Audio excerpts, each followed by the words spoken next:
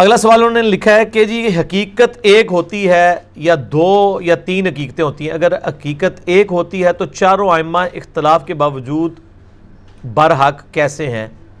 یہ تو میرے بھائی لوگوں کی منہ شگافیاں ہیں نا کہ چاروں ہی حق پہ ہیں. یہ تو بالکل اس طریقے سے ہے کہ یہ جناب گلاس ہے میرے ہاتھ میں، ایک بندہ کہتا ہے جی یہ گلاس ہے، دوسرا کہتا ہے نہیں جی یہ موٹر سائیکل ہے، تیسرا کہتا ہے جی یہ جہاز ہے، چوتھا کہتا ہے نہیں یہ کتاب ہے. تو اگر ہم کہیں گے نہیں چاروں ہی صحیح کہہ رہے ہیں، آخر یہ اتنے بڑے بڑے عالم ہیں صحیح کہہ رہے ہوں گے، نہیں، کہتا ایک ہی صحیح ہے. حقیقت ایک ہی ہے جو نبی صلی اللہ علیہ وآلہ وسلم نے بیان کی ہے.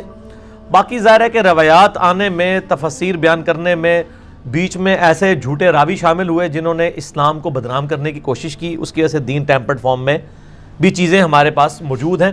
لیکن صحیح اور ضعیف کا فرق ہمارے محدثین نے کر دیا.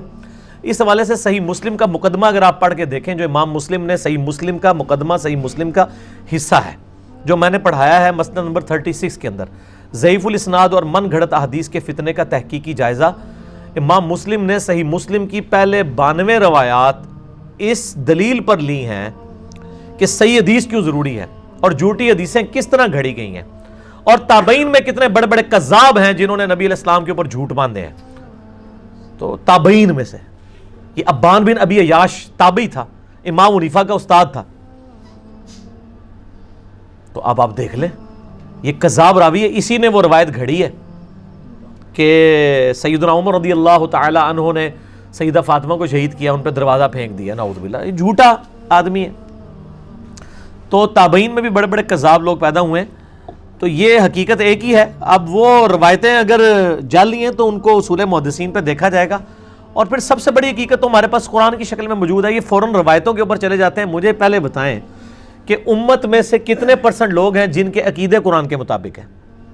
اور یار آپ پاکستان کی 22 کروڑ آبادی میں سے 15 کروڑ سے زیادہ آبادی تو قرآن پاک کا پہلا صفحہ سورہ فاتحہ کا ٹیسٹ نہیں پورا کر سکتی. ایاک نعبد و ایاک نستعین حدیثوں پہ تو بعد میں آئیں گے، پہلے یہ تو ٹیسٹ پورا کریں. یہ تو کبھی کسی بابے سے جا کے مانگتے ہیں، کبھی کسی قبر کے اوپر جا کے مانگتے ہیں، اور قرآن میں وہ نماز میں پڑھتے ہیں ایاک نعبد و ایاک نستعین، وہ نماز میں ہی رہ جاتا ہے.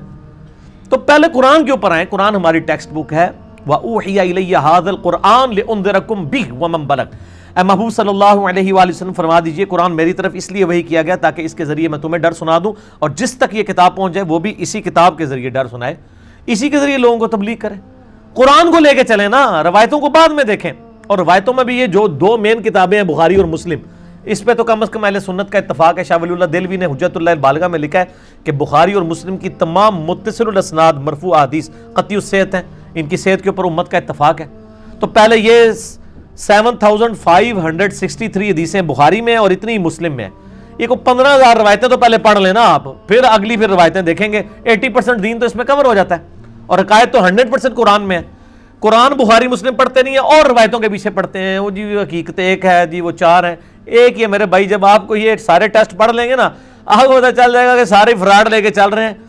صرف صحیح بات جو ہے وہ بالکل واضح ہے، وہ کون لے کے چل رہا ہے وہ آپ کو خود بخود پتہ چل جائے گا انشاءاللہ تعالی.